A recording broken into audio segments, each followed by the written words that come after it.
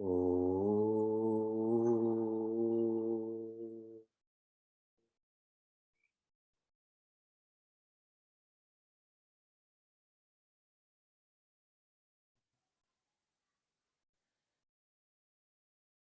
Oh.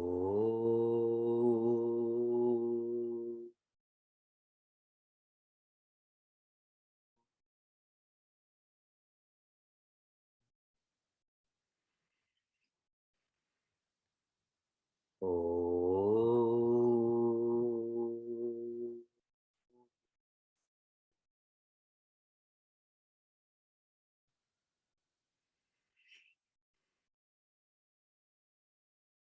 Welcome to Meaningful Mornings. This evening, I'm speaking with and for Chinmay Mission, Northwest Indiana. And the subject matter is Matra Devo Bhava, which means Mother is God. And thinking about this more, the continuation of this teaching is Pitra Devo Bhava, Acharya Devo Bhava, and Atiti Devo Bhava, which means Father is God, Guide is God, and Atiti means one who comes without an appointment. Titi means appointment, Atiti without appointment. The implication of that, all is God. Mother, Father, Guide, all. Now, further reflections. In May, we celebrate Mother's Day. In June, Father's Day. July, Guide Day, correct? Vyasa Purnima. And August, All Day. That is when Sri Krishna is born. See the connection? That's what we do in Meaningful Mornings. We overthink.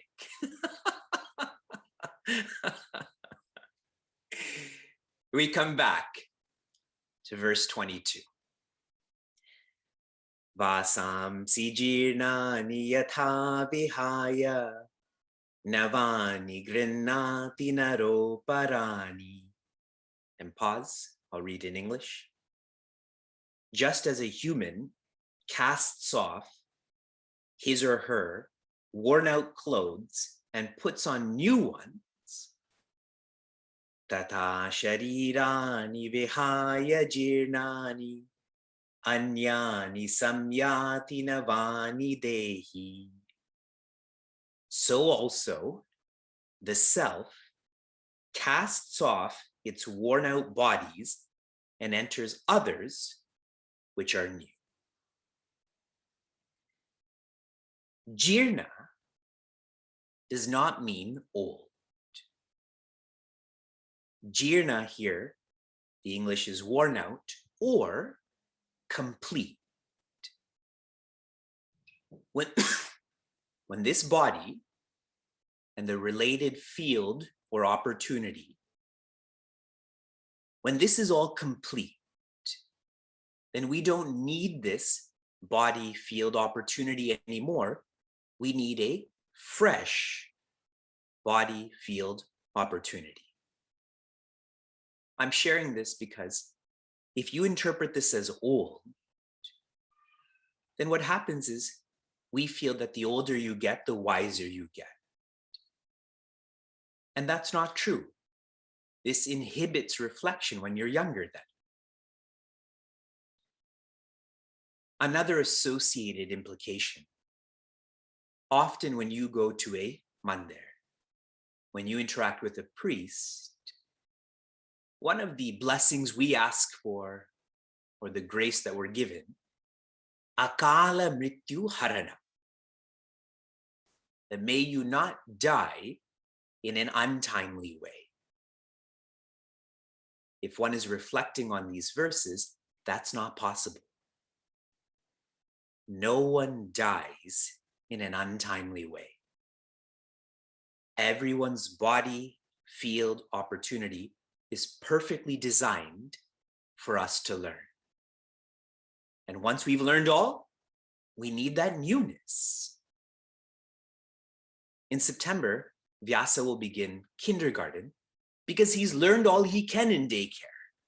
We think and hope, but you get my point, correct? If he stays in daycare, it's not healthy for him. Then it's not healthy for us either.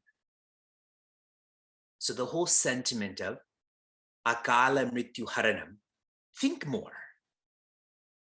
Let us not have such a culture be propagated that is not factual, that is not possible. Moreover, living is painful. We all know this. The body gets older, relationships change. It is painful, but different than pain is suffering. How many times we've heard and read, pain is mandatory, suffering is optional. Yes? If my back is hurting, but my mind is very much on the sun outside or some other work I have to do, the pain is there, but I'm not suffering. So Shri Krishna is sharing with Prince Arjuna that there is no pain. His point is the pain is insignificant. What is significant is the suffering, and that comes from attachment. It is the attachment that makes the pain suffering. And this is what the teaching is about. To be independent, then whatever pain you have to go through, you have to go through that. But it will remain checked as pain. Some more summary thoughts before we study our next verse. Verse 23 brings us to 70 verses out of 700, 10% of Bhagavad Gita. The first chapter, the theme is fear. We got to hear Prince Arjuna elaborately in terms of fear. Some of it was emotional, some of it was logical. I have so many funny stories to tell you about this. Here's a quick one. On Saturday, we went to my aunt's house to give cookies for Mother's Day. And they knew it was Shuka's birthday, so they gave him this big plush bear. And he was sitting in the car, and they put it through the window, and he started crying. He thought the bear was real. So we took it and put it in the trunk. And then as we drove away, he was telling himself, it's just a toy. With tears coming out of his eyes, it's just a toy. See how that fear is emotional, then logical. Fear. The teaching for chapter 2 then is fearlessness. To come out of fear, to come out of being fearful, and to come into being fearless. Verses 11 to 30 are popular, powerful, and peaceful. There's a lot of younger people, maybe your kids, grandkids, that will not have a relationship with Bhagavad Gita. And so perhaps what you can do is at least get them to develop an interest in these verses. And many of you have shared with me the fact that we're studying this one verse at a time has become much more beautiful to you. You're internalizing this more because this is how this is supposed to be studied. Slowly, steadily, to encourage sincerity. Try to share the same with those around you. In these verses, reincarnation is being highlighted. One of our most significant fears is fear of death. And Shri Krishna is sharing, the body is born, the body will die. You don't need philosophy to teach you that. The spirit is not born, and the spirit will not die. You do need philosophy to teach you that. The the point here is that reincarnation doesn't happen for the body nor for the spirit. Reincarnation is only for the ego to use opportunities to learn that it is not the body, but it is the spirit. You cannot prove reincarnation. Why? The variables that you will use to prove this end with the death of the body. Yes, you can't continue with a prison sentence if that person has died. This ego is causal. And the science that we associate with, that measures that which is gross and subtle, but cannot measure that which is causal. So you cannot prove reincarnation. However, for those who are more open-minded or interested, if you think of your parents, particularly if you think of your siblings, even though you had the same parents in the same context, but you're different, correct? My sisters and I are so different. And usually I'll insert a funny statement about my sisters here, but I'm running out of time. We're so different. And why is that? It can't just randomly be like that. There has to be a reason why we're different. Our bodies and minds and intellects. And that is because of our previous births. What we did to deserve this field. If you think in the future, suppose you are mean and your neighbor is nice and both of you die today, there has to be a reaction for your actions.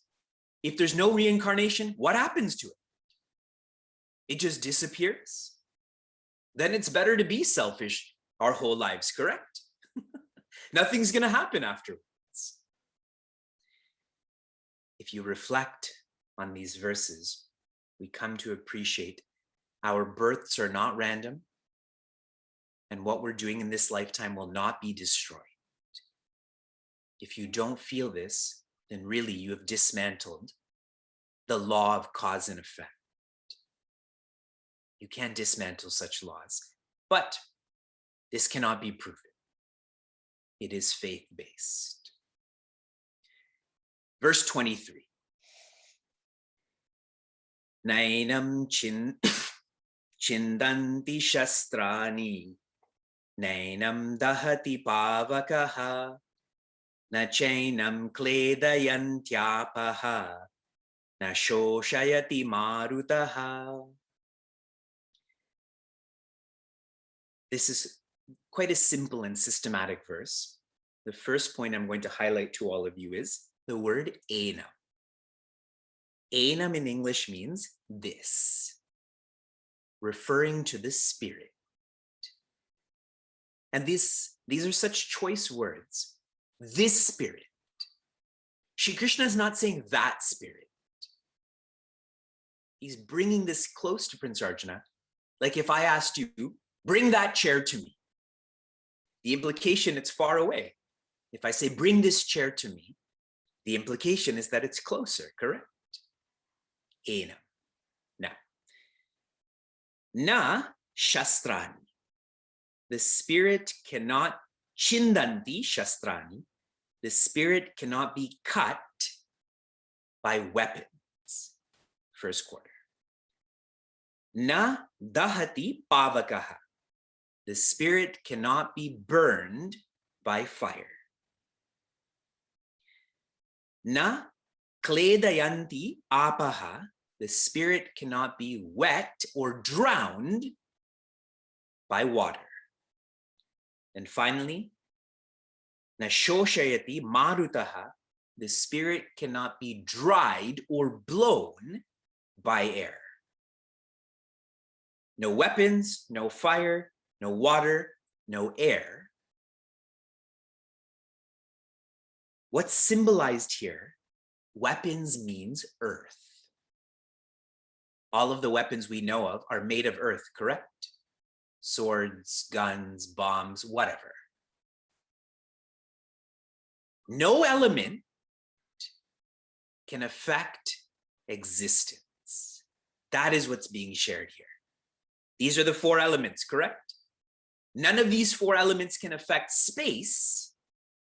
So if they can't touch space and they're all elements, they definitely cannot touch existence, which is the spirit. I just want you to reflect on this for now. Naturally, I'll share more tomorrow. Inspiration to application. Your recent application was for you to slow down changing your clothes. How many of you tried this? If you did, this slowing down is anti-kali. Kali means fast, means being busy. Those who are busy cannot reflect. So slowing down is a way to encourage us to reflect. Your application for this morning, you may not have caught this, but today is day 360 of Meaningful Mornings. And so what I want you to do is be grateful that we've been together for 360 mornings. That's around 90 hours. Long time. Shanti, Shanti, Shanti. Be safe, be sound, be serene, be happiness.